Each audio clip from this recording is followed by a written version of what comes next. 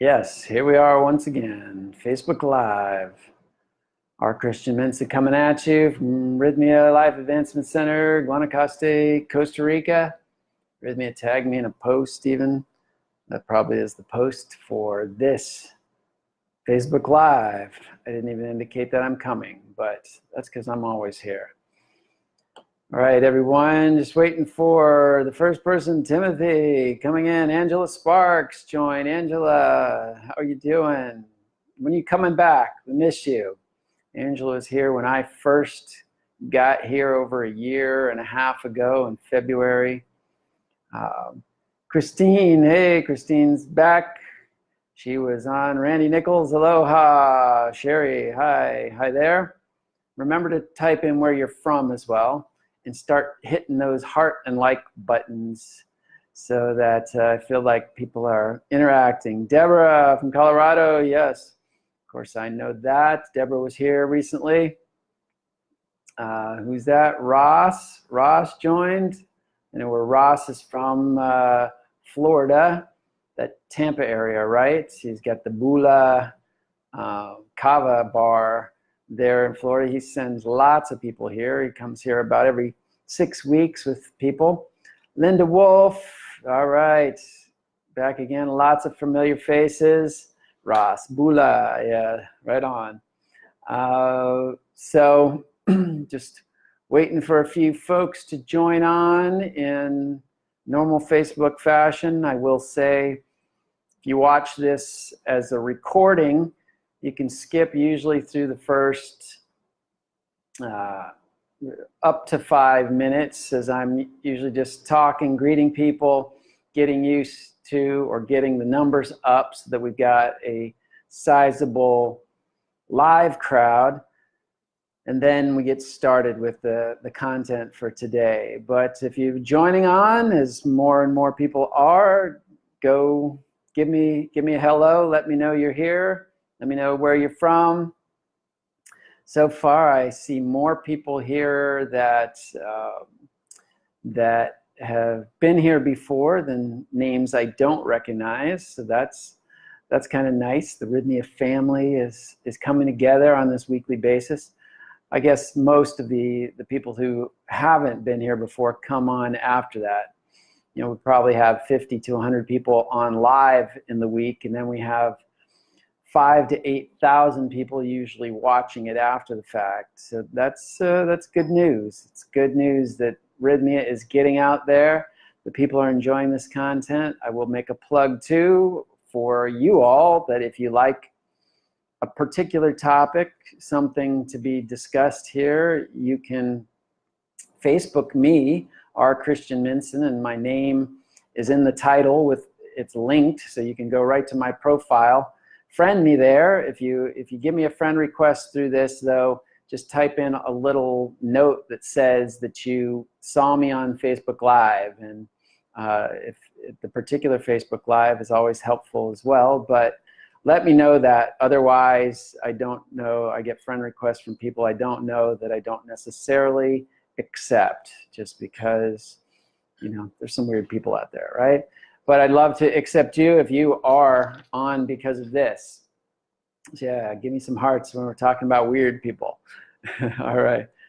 All right. Well, we're close to the 5-minute mark and close to the 50-person mark. Let's see if we can get 50 before 5 minutes. Come on. That's usually my benchmark starting point. Oh, it went down now. All right. Well, it looks like we're going to get started then. So welcome officially to Rythmia Live Breathwork Edition. I'm R. Christian Minson, your catalyst for awakening and transformation. I am the director of the Breathwork program here at Rythmia Life Advancement Center in Guanacaste, Costa Rica. Sunny, warm, and I always look out the window right here in the Rythmia Live studios, if you will. We have a beautiful bay window. I can see the pool area, and it's a little overcast today, but that, to me, I love that weather because it cools things down a little bit. It's not so sunny and blazing. But I'm here, as I said, I'm the director of the Breathwork program. I'm a transformational breath facilitator, certified in breath work for the last 12 years. I'm a senior trainer with the Transformational Breath Foundation. I've been all over the world teaching this work. I've landed here at Rythmia over the past year and just loving it because all the skills of transformation I've learned over my lifetime basically have been put to good use here at Rythmia. This is an environment of transformation unlike any I've ever seen. Churning out people, transformed people by the dozens on a weekly basis. And we call it a miracle factory here now. It's getting to be. I'm also was a monk for 10 years. That's some interest to some people, and every once in a while I speak on these Facebook Lives about my monastic experience. It's a topic that people are interested in. I'm also a speaker and an author. This book right here, Align, Expand, and Succeed, I participated in, and we brought it to #1 on some of the Amazon.com charts about merging consciousness and business. You can get it when you come here to Rythmia, so get here and get the book. And of course, the book Shit the Moon Said by Jerry Powell, our CEO, really giving you an introduction to his life, the miracle that saved him, the miracle that is Rythmia, how it all came about, and what role the moon has to play in all of that. Pretty fascinating. So with that, today we got our numbers up. Oh, people are answering through. Sometimes this thing doesn't move. So hello. I'm just going to say hello to all of you in a bulk way. Definitely have to get down there sometime in the near future. Yes, you do, Ryan. And Terry Lee, if you wish you were here, get here. I can't wait to manifest my trip. Being called there since last summer. Jody, beautiful.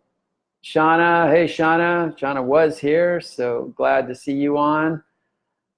Kelly, hi from Kingston, Ontario. Blazing hot there. Yeah, it's either blazing hot or freezing cold usually in that Canadian tundra.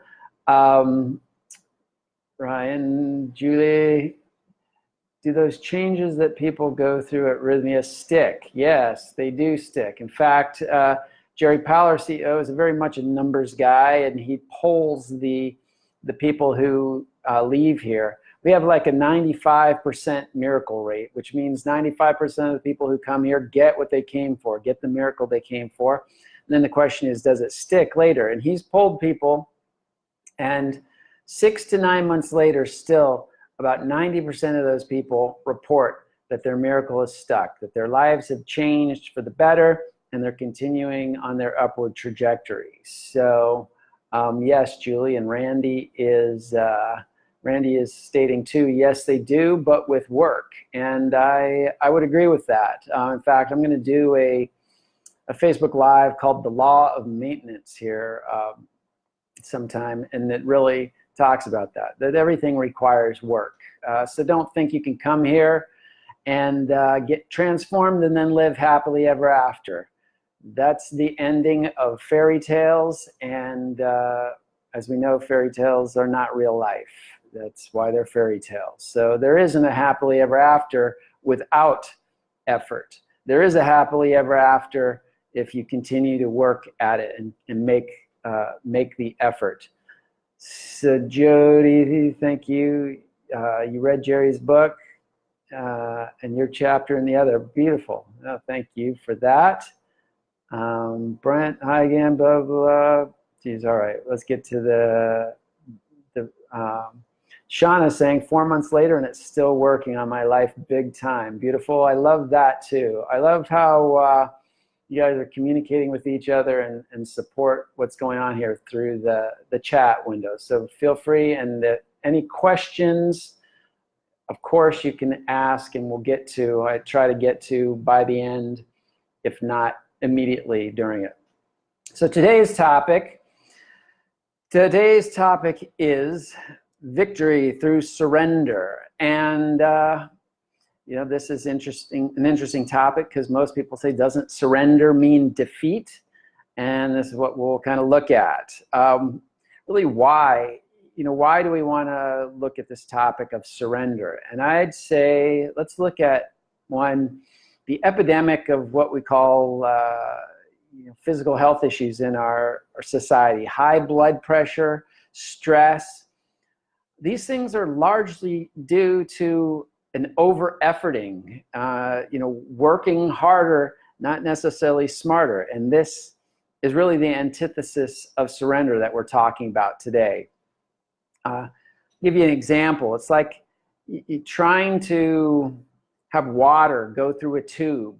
When we over-effort, it's like we squeeze the tube in order to try to get more water out. And in squeezing it, we essentially constrict it. So actually less flow starts to happen.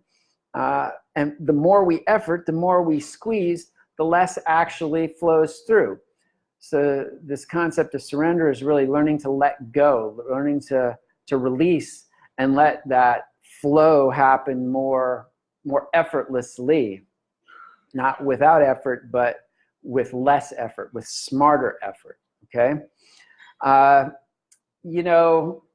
There's also, I mentioned I'm a monk, so I have a belief in a higher power. I think that most people who come to Rythmia probably do as well. If you don't, you usually do by the time you leave here, because the experience that happened to you are basically unexplainable on a intellectual level, and people have to, you basically are opened up to the realms of higher dimensions of understanding. And so most people leave here, if they haven't already got some kind of faith in something, they leave with some. And of course, if you do, you leave with a stronger faith in knowing that there's something out there, there's energies that are working in our favor, that created us for a reason, that continue to sustain us for a reason, and make us, and have our happiness and our evolution in their interests. Why I mention that is that if you really want to be perennially happy, play your role as the higher energies, the higher power instructs, not as your lower nature desire dictates. And herein again is a key to surrender, surrendering to the agenda of your higher self rather than the desires and the impulses of your lower self. When we try to force ourselves to go in a certain direction, that's not how it goes. Surrender and flow, and you'll see what starts to be best for you. Also, just when we learn to surrender, it's fun and relaxing, and it's exciting oftentimes to let go and kind of follow the stream downstream. A little sense of like being on a roller coaster that you want to be on, right? You don't know, it's kind of like this anticipatory excitement. What's going to happen? And then you go for the ride and you have a good time. So surrendering can help us really have a good time in our lives. Let's see, Ashley, are you speaking of ibogaine? No, we're speaking of ayahuasca here in the plant medicine that we do here in Rythmia. So, got to get patience. Love the book. Keep it good. All right, Ryan. So Ryan just checked in. Kaval, hey there. Somebody who's been here before as well. So back to it.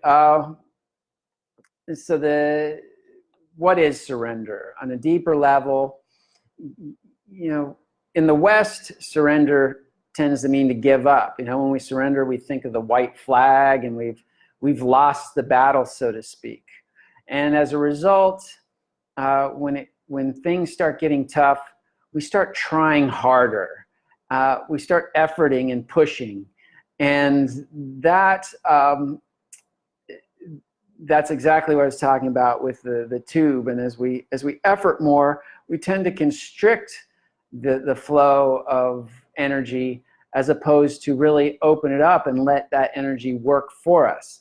So surrendering or an efforting, surrender from this aspect, meaning giving up, is not what we're talking about.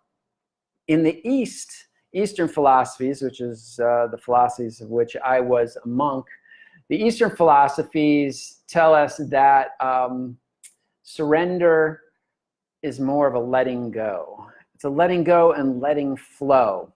And there's an Eastern martial arts called Aikido, which kind of, I'm not well versed on it, but I know the principle is to not, in a battle, so to speak, where you might fight against a foe. It's like you use your energy against their energy, and it's two energies essentially canceling each other out until one energy can dominate the other. In Aikido, the principle is more that you conserve your energy, you let the opponent's energy come at you, and you use the inertia or the momentum of their energy against them. You learn how to take their energy and deflect it off to the side. And in that, you expend very little energy, and you still get your desired end accomplished. You defeat your enemy, so to speak. But you're doing it without putting excess effort. So you're letting go. You're letting things flow. You're seeing the flow of energy coming at you, and instead of countering it by trying to force it to stop, you use that energy and intelligently use that energy to your advantage. So in life, we're looking at this Aikido nature of things when we're talking about surrender. Consider this too, that this is a quote from the book, or a paraphrase anyway, from the book, The Presence Process by Michael Brown, which I've been through this process a number of times. It's a breathwork-oriented process, which is why I enjoy it so much. But besides the fact that it offers tremendous results, he says that consider that it's not the issue itself in your life that's causing you pain and suffering, but actually the resistance to that issue in your life that causes the pain and suffering.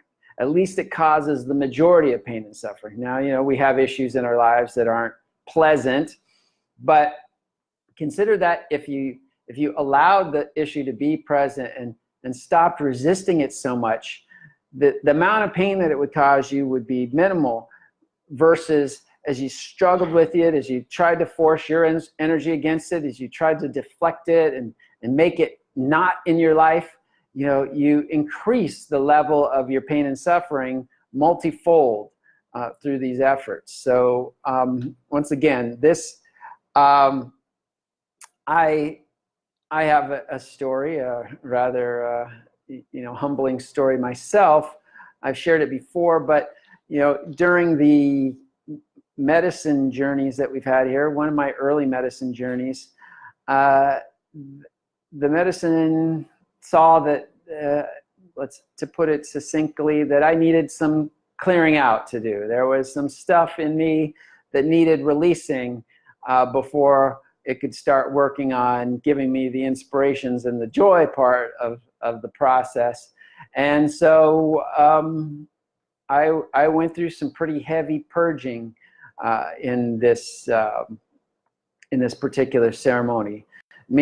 Purging meaning vomiting, throwing up, going out the other end as well. In fact, it was coming from both ends, and it was pretty severe. Like my body was pretty much being ravaged, and at first I was resisting it, like I was trying to control it. And the more I tried to control it, the more nauseous I felt, and the more just the more incapacitated I felt. At one point, I just realized, fortunately, I paid attention to what I teach, and that was that in my mind, I made the connection to this idea that surrender to it, let go and let it have its way. On some level, the medicine and the greater energies know that this is something that I need to go through. And instead of fighting against it, let it happen. And as I did, I still had to purge, and still, my body had to go through those convulsions. Your stomach convulses to bring up whatever contents are inside and such. But in that shift of understanding, I was able to relax my muscles. And so they did what they had to do in order to create the purge, but I wasn't adding any excess tension. I wasn't adding any excess conflict to the situation. And as a result, it was much less painful. And I wouldn't, in this particular case, call it enjoyable, but there was this place in the background of my mind where I was content. I was content knowing that I was going to survive this. It wasn't the end of me. It was something that I had to go through, and I was surrendered to the fact that this was my experience in this moment. And as a result, I got through it. I got through it okay, and learned the lessons I needed to learn, and was all the better for it. Since then, I've done another couple dozen ceremonies in my life. So it wasn't, it's, if that story kind of scared any of you, that know that the understanding there comes out of these experiences sometimes. Now, this doesn't have to be and isn't everybody's experience in plant medicine ceremonies, and certainly in breath work. It's one of the reasons why I like breath work. Is it's a little less let's say a little less ravaging on your system at times, though on an emotional level you might beg to differ when you're actually going through the breath work. But as we say in this work all the time, what's coming is going. What's coming is going. So whatever you're experiencing is what's coming up to be released, to be let go of, not to make your life more difficult or less pleasant. Christian, what's your thoughts on the blood moon? I don't have many thoughts. I do know that astronomically we are connected with the stars as we're connected with everything. So I believe there are certain energies that come in that either enhance or make our if you're flowing downstream, and that's the normal level of effort, sometimes the energies can make it like downstream is a more of a slope, so you can go downstream all that much faster, and sometimes it's it maybe impedes the flow of the stream a little bit, so it's going to be a little bit more effort to get through. However, I do believe that no matter what, you have the power, you have more power than the stars to overcome anything. So I don't believe that there's never an inauspicious time to get your work done. And sometimes, like my spiritual master, Paramahansa Yogananda, used to consult the stars to find the least auspicious time to do something, and then go ahead and do that project just to prove that it could be done despite what the stars say. So I hope that sort of helps answer your question on the thoughts on the blood moon. Anat Perry's joined, a friend from San Diego who I haven't talked to in a long time. Beautiful. I hope you're doing well. I'm coming back to San Diego at the end of August to lead my personal transformation breathwork seminar. So I hope I'll see you there. Ashley. So could you please speak on how ayahuasca helps with opiates and the success people who've been through it? I'm all about it, but my fiance isn't keen, even convinced it's a good idea. Being that you're tripping, he's also big AA way of life. And so I would say that maybe I'm not the most authoritative person to speak on this subject, being more the breathwork director than the plant medicine director. I do believe from my own experience, I know that plant medicine is not is not a drug like we classify drugs in the US with the FDA. Recognize that's a government body who has certain ideas and also certain agendas, which makes the classification of something not necessarily commensurate with its potential. Ayahuasca is a plant medicine, something of the earth, which has been with us for centuries, if not millennia. Indigenous cultures have been using it for deeper understandings and realizations throughout their history. It's non-addictive. In fact, I don't know who would want to get addicted to it, being that sometimes to do it, you have to want to do the work. You have to be willing to face your stuff. I also know you mentioned he's big on AA, and AA is a philosophy which, when people buy into philosophies, they can be more or less dogmatic about it. And I'm not saying that AA philosophy is bad at all. It's helped many, many, many, many, many people. What I will say is that some people are more dogmatic about it, and if he's hardline about every single thing that AA says, then it's going to be very difficult to convince him otherwise. We've had people who haven't done this because they're in AA philosophy. We've had plenty of people who have come who have been in AA and recognize in their own estimation that ayahuasca is different from the addictions that they are suffering from, and so they're willing to give it a chance, and they are part of the 95% who find success here. So hopefully those thoughts help you out a little bit. Natalia going to be here. Surrender is key in ceremony. Yes. So back to the topic of surrender, Shauna saying, at least it was for me. One of the key teachings I received, all suffering comes from resistance to what is. That's great. That's a Buddhist philosophy too.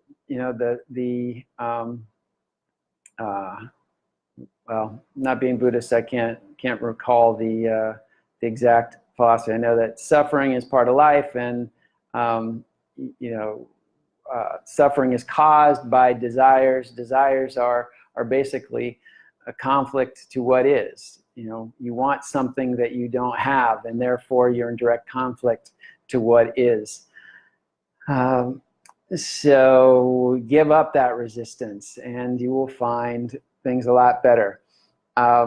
So the other story I have that really illustrates surrender comes from breath work. All the time we see in breath work, breath work really operates on the notion of the holographic nature of the universe, the holographic nature of life, meaning that like a hologram, like if you were to say this Rythmia logo here was a hologram, and then you broke it in half. The hologram notion is that the two halves don't have one half of the Rythmia sign, and then the other half of the Rythmia sign. Can't see there, but that each half would have the full Rythmia sign in it. If you broke those again, all four pieces would have the whole Rythmia sign. So basically what he's saying, every little piece contains clues about the greater nature of life. And so breath work, how we breathe, how we operate when we breathe, has a lot of clues to how we operate in the greater context of our lives. So when people are breathing, the only muscle that we actually need to breathe is our diaphragm. It's this dome-shaped muscle that sits in our chest about here, and it is our breathing muscle. It's the only muscle that actually needs to work in order for us to breathe. Now, there are, like our intercostal muscles between the ribs and our shoulders, will work gently as we breathe in, we expand our lung capacity, and so those muscles have to arrange. But they're auxiliary muscles. They're working as a result of us expanding. They're not helping us to breathe. They're opening up as we're breathing in. The diaphragm is the only muscle that we need to breathe. Now, that being said, we see all the time people like breathing in wild ways. They're arching their back. Every inhale is this back arch. The shoulders are tensing with every breath. The chest is like pumping and pumping. All this is, back to the holographic nature of life, that all of that effort is not enhancing the breath. The diaphragm is the only muscle we need to breathe. So we're using all this extra muscular effort, all these extra muscles, all this extra effort, and we're not getting any net result from that. So in the holographic nature of life, we can see that that's most likely what's going on in these people's lives as well, is that we're working extra hard at something and putting more and more effort into something and not getting any extra result as a consequence, or we're getting very little extra result, but not commensurate with the effort at all. So surrendering is really learning ultimately to work smarter, not harder. You might have heard that phrase before. It's learning to maximize the effort that we do make, and not have to make any excess effort that isn't really going to pay dividends in the end. So with that, look in here, Christian, just a note, many of the staff are in recovery. Many of our staff, so I do know, I don't know about many, but I do know some of our staff anyway has been in addiction recovery, and they are committed to the ayahuasca path. So if that helps in that question. All plants are medicine, and that's a great way to look at things too. All plants have medicinal value in it. In fact, in the greater shamanic tradition, they will go off and spend weeks, maybe months in isolation and consume a very basic plain diet, and then consume a particular plant, and in so doing they'll get the essence of that plant. They'll get the medicinal essence of that plant, what it's good for, how that plant affects us in our consciousness, in our bodies, in our spiritual field, and then that gives them as shaman power to utilize that plant for helping people when somebody needs that particular element in their life.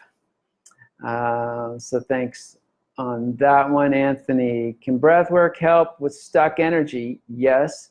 I've been stuck for a few years now and have come to a point where I feel I have little time left to turn this around.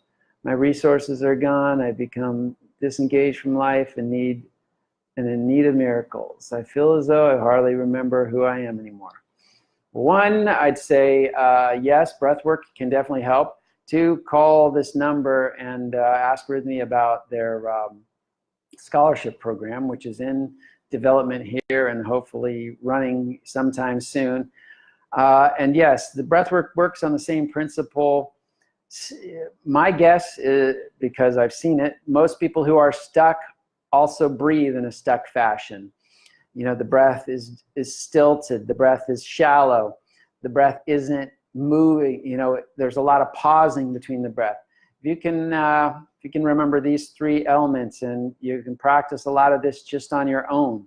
Full breath, taking a full inhale from your belly, your diaphragm, all the way up into your chest. A free breath, relaxing with each breath, especially on the exhale, not a forced, not a controlled, but just a letting go. Full, free, full, free. And a fluid, flowing breath, full, free flow. The flow is continuous, connected breathing, meaning you're not pausing. That's where the stuckness really manifests, is in the pausing of the breath, in the stiltedness, staccato-iness of the breath.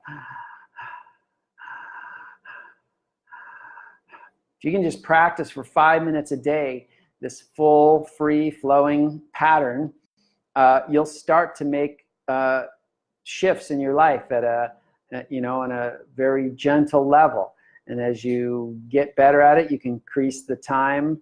If you have facilitators in your area, you can Facebook friend me afterwards, and I can clue you in on where you're at, and maybe there's some breath people who can help you.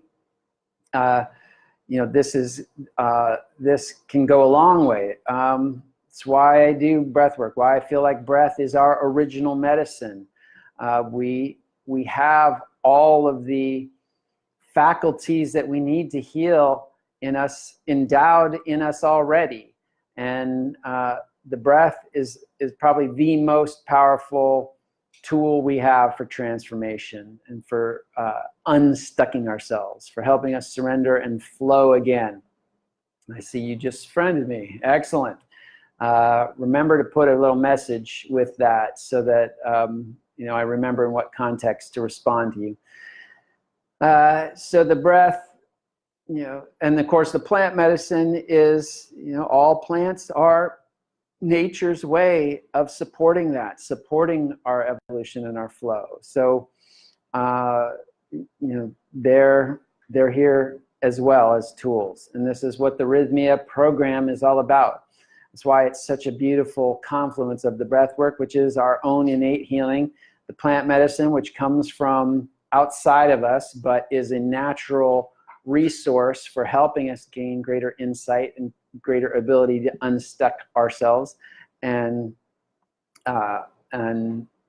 again, that's why we have such an amazing success rate here. So Shauna, definitely Anthony, Randy, Shauna are supporting that. I found the breath work took me to the same place as ayahuasca. Thanks there, Randy. And some people even say, and I say this over and over again because I like it, is that some people even say that breathwork was more powerful than their ayahuasca experience. And tune in tomorrow for I Got My Miracle, because yours truly will be giving it. And because we just had Breathwork Week here this week. Breathwork Week is where Rythmia suspends its plant medicine offering for the week, and the whole week of ceremonies are breathwork ceremonies. And so the people who come here are not partaking in plant medicine, they're partaking specifically in breath medicine. And they find that they get the same results as always. Now, we've done this breathwork week twice now. The first week, we got 100% miracle rate, which was even better than the ayahuasca. This week, we're waiting to see by the end of the week how the people report. Hopefully it's 100% again, so we can really start promoting that. But so yes, breath work is powerful. Anthony sent it, excellent. And so we're up there. Hey there, Tommy. Tommy Chittenden just joined. So back to what we're saying. So again, the holographic nature of life, the way we breathe reflects the way we live. You can even just notice that yourself. If you're holding your breath a lot, if you're tense in your breathing, if you're shallow in your breathing, use those same words. Just replace breathing with life. I'm tense in life. I'm halted in life. I'm stilted in life. I'm shallow in life. And see if that's not, if that isn't true. What the good news is that the reverse is also true, that we can actually use the breath to start modifying these conditions in our life. So if you can get into that full, free flowing pattern of breathing, you can actually start to make your life more fully enjoyable, more free and surrendered in this sense of freedom, and more flowing, more in the flow, which is really just more in connection with the higher spirit of ourselves, more in alignment with what our soul and our God nature is wanting for us, rather than our lower ego and desire nature. So how do we get into this? How do we use surrender more effectively? How do we use it to further our lives? And the first is, surrendering is to let go of preconceived ideas. One of the biggest blocks to us is this idea that we know. we know about it. We're talking about the AA people there, and this isn't specific to AA, but I bring up that example again because a lot of people get into a dogmatic knowing. It's like, this is the way it is, and this is the only way it is. And if that's the way, you're in a very rigid, small, defined space. Nothing else can work for you because you only see things in that myopic perspective. People of different religions are this way, and religions across the board. People of different business philosophies are this way. So it's not specific to any kind of industry, religion, or self-help organization. So let go of those preconceived ideas. Come with that like a child, as Christ would say, or with the beginner's mind, as the Buddhist philosophy might say, where we're open to ideas. We're open to possibilities. We're surrendering to the idea that maybe there's a solution out there that you don't know, that you haven't been told is the only way it can be. The other way, surrender, is really to start to go with the flow. And what does that mean? The flow is really, to me, the tide of life, right? And I just mentioned it a minute ago, the tide of life is really the tide of our higher self. The direction our higher self is trying to take us is the flow of life versus the direction that our ego wants to take us. I always use this example of a wave on the ocean. Now, the wave is like the direction that our higher self is going. Ocean waves work, right? They move. They are what they are. This is life happening in motion, a wave. And you can come up with your ego and say, well, I don't want that wave to move that way. I want it to stop. Try standing in front of a wave, especially a nice big 6-footer or something like that, and make it stop. The wave's going to eat you alive. It's going to tell you in no uncertain terms that this is someplace you're going to have to learn the lesson of surrender. It's going to bowl you over, send you through the washing machine, as they say. But somebody who learns to go with the flow learns to ride that wave, right? A surfer, somebody who, and you can do it with a surfboard or body surfing, you can get into the energy of that wave and ride along with it. And in that, you surrender to the wave, right? You're surrendering to the energy of the wave, but in that surrender, you're actually harnessing the energy of that wave. So the wave can actually help you. Hydroelectricity is a way that we learn to harness the energy of a wave, right? The energy comes in and then we are able to transform it into actually electricity. So in our lives, we use the waves of life. We harness to the waves of life, and then we can meet our noble ends more gracefully. And if we find that we're constantly banging our head against the wall or we're getting bowled over by that wave, that's an indication that you're not on the right track. That's an indication that it's your ego nature, your lower nature, that's likely trying to go against that flow. So go with the flow. To go with the flow basically means to breathe. And I already to breathe in this open, fluid fashion, to breathe a healthy breath is holographically our ability to fully engage with life, to be fully present and fully receiving. The full inhale, we're fully receptive to what life has for us. The relaxed exhale, we're fully letting go of anything that's in resistance to the way things are going. And the fluid nature of the breath, meaning that we can surf and move with life in an easeful and graceful way. So, many of us don't know how to do that just outright, and that's why the whole field of breath work has developed. So the breath work, and that's what we do here at Rythmia, the breath work really helps us to to get in alignment with this surrender, to help us understand what surrender means in a helpful sense, not in a giving up sort of sense. So come to Rythmia, get experience with the breath work. And of course, that breath work surrendering is going to help you learn to surrender in your plant medicine ceremonies. Another way, here, there's a great affirmation that comes from my spiritual tradition, but you can use this across the board. It's basically to, when you feel like life is tough, say this affirmation: whatever conditions confront me, I know they represent the next step in my unfoldment. I welcome all tests because within me is the intelligence to understand and the power to overcome. All right? So again, let's break that down. Whatever conditions confront me, I know they represent the next step in my unfoldment, in my evolution. If you've heard me in the past, you know the name of the game is really evolution. The name of the game is us getting better.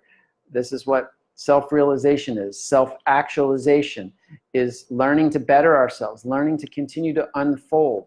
Greater mental capacity, greater feeling capacity, greater spiritual capacity to perceive life in its truest form. And to evolve, we need to struggle. We need to, it's like you can't, a third grader can't get to fourth grade without learning something that they didn't know in third grade.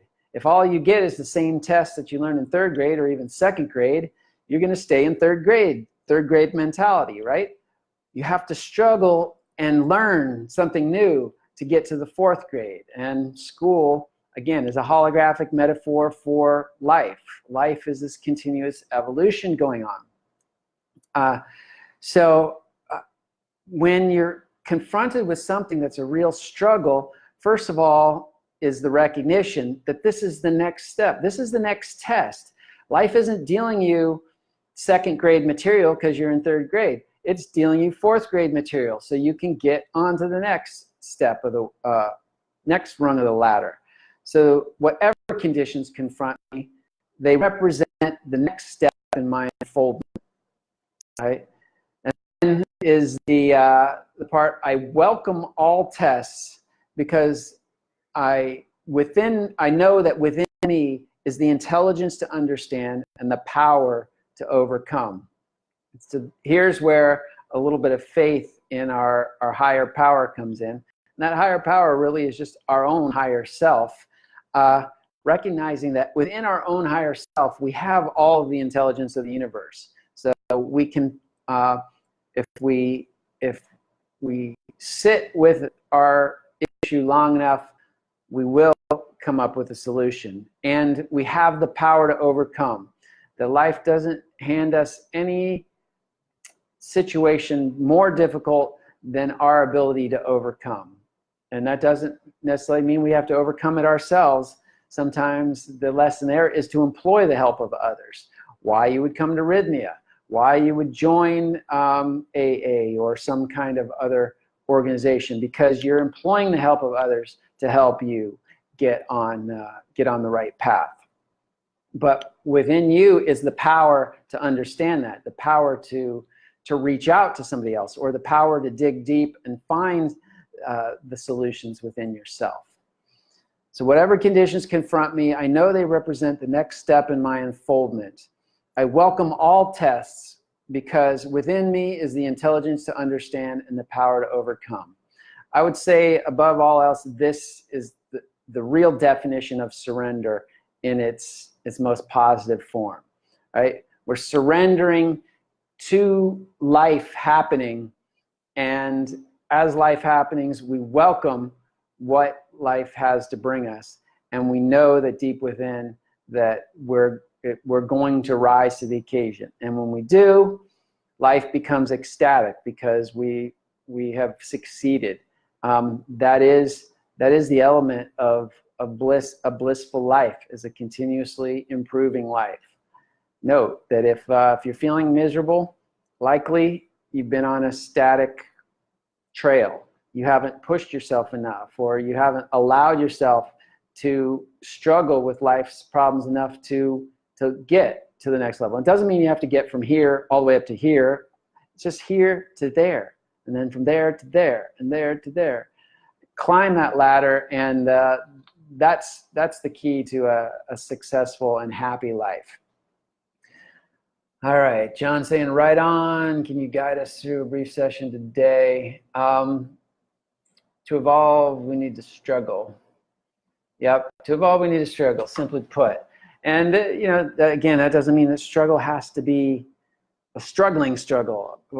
With this attitude, it means that our struggle is a divine endeavor, an endeavor that we can actually appreciate and like. Struggle doesn't have to mean that we don't like it, or that it's a negative thing, or that it hurts or it's painful. Struggle means that we're using our faculties, that we're stretching ourselves beyond what we thought we were capable of. And that's what I love about my position here at Rythmia, is it continuously stretches me here, and I'm able then to feed back my growth to, you know, to help all the people who come through here. So let's end then. John's asking for put us through a brief session today. So the brief session is really this: remembering those three things: full, free, flow. So to get a full breath, I recommend breathing through the mouth and breathing at a slightly faster pace. So the mouth breath. Get full breath, you're going to breathe into your belly. Belly's right here. Belly blows up like a big balloon. Exhale, the balloon deflates. All right, it's not a beach belly where you got it all sucked in and it's flat, and you know, you're not breathing into that. And you can still have a well, you know, I'm working on my six-pack here, but as I breathe out, I release that. I let go of the muscular tension. Let my breath have its way. Open up. So full breath, starting with the belly, but then bringing in the chest. So through the mouth, faster pace, belly to chest. That's the full. Free. Relax. Not a not a push. You find your muscles tensing up on that, you are not free. You're not allowing your breath to release. So full, free is the exhale especially, and flow, connected and circular. If you're that's not right, or even if it's just a short pause, the flow has to be regular and consistent. Imagine that you are a wheel and you're just continually, you know, if your wheel isn't circular, it's going to go you're going to feel that in the car. You know. So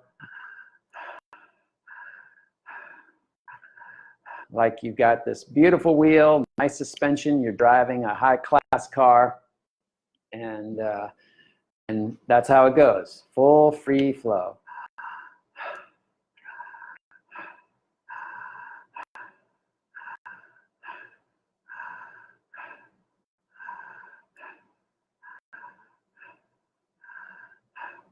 I recommend doing this for 5 minutes, all right? If you haven't done this before, if you haven't been to Rythmia and you know you can do it longer, do it only for 5 minutes, because stuff will come up. Your stuff will start to come up if you do it longer. Not that that's bad.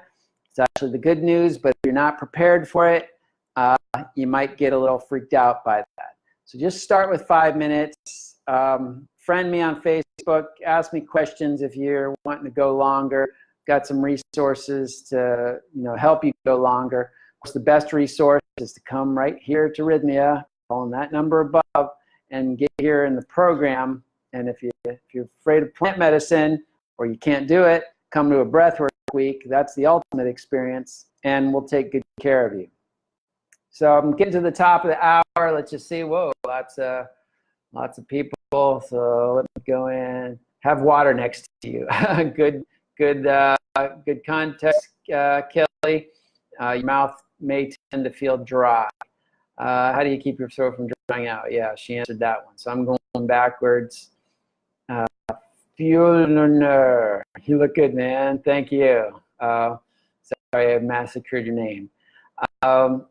Sometimes it's a struggle and sometimes it's done with ease. I've always preferred the ease, and as my life has gone on, the crises occur, but dealing with them is easier and easier. Thanks, Linda. Beautiful. Thank you so much for sharing. I love listening to you. It reminds me that I'm not really crazy. Right on, Ginny. You're as crazy as me. I like to think we're all crazy.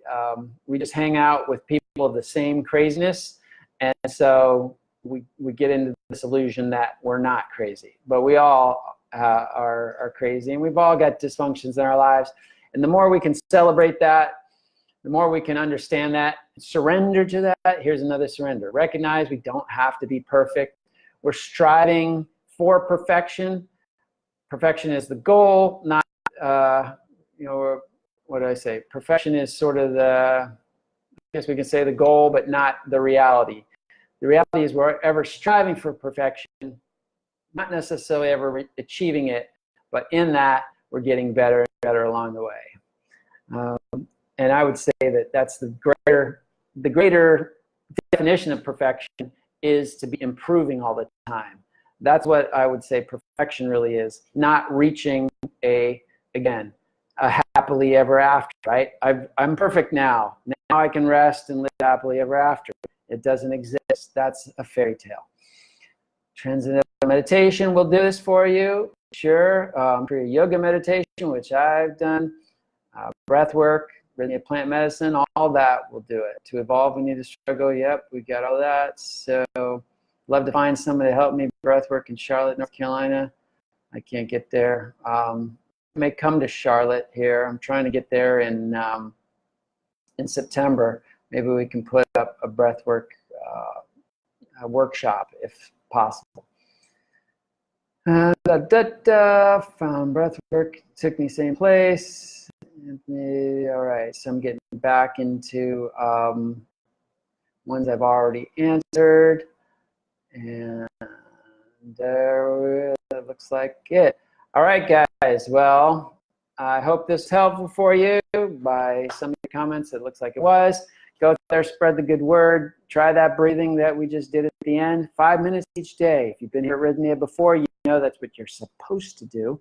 And if you haven't, then try it out and start getting excited for the possibilities that you have to heal your own self in your life. All right, and then when you're ready for it, get here to Rythmia. Over and out until next week. Our Christian Minson signing off. Take good care. We'll see you soon.